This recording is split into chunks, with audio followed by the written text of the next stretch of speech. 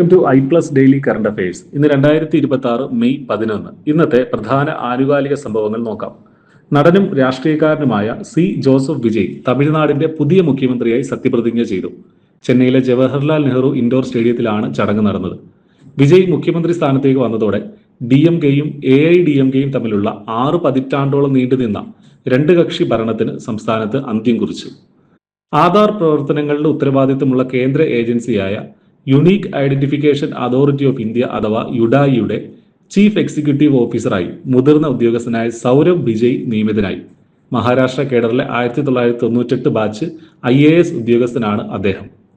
Vice admiral Krishna Swaminathan അടുത്ത നാവികസേനാ മേധാവിയായി ചുമതലയേറ്റു. അഡ്മിറൽ ദിനേശ് കെ ത്രിപാഠിക്ക് പകരമായി മെയ് 31 അദ്ദേഹം ചുമതലയേൽക്കുന്നത്. നിലവിൽ മുംബൈയിലെ വെസ്റ്റേൺ നേവൽ കമാൻഡിന്റെ തലവനായ സ്വാമിനാഥൻ പതിറ്റാണ്ടുകളുടെ പ്രവർത്തന പരിചയവും നേതൃപരവുമായ പരിചയം ഇന്ത്യൻ നാവികസേനയിലെ ഉന്നത തസ്തികയിലേക്ക് കൊണ്ടുവരുന്നു. ഡെയിലി കറണ്ട് അഫയേഴ്സ് ലഭിക്കാൻ ഇപ്പോൾ തന്നെ ചാനൽ സബ്സ്ക്രൈബ് ചെയ്യും.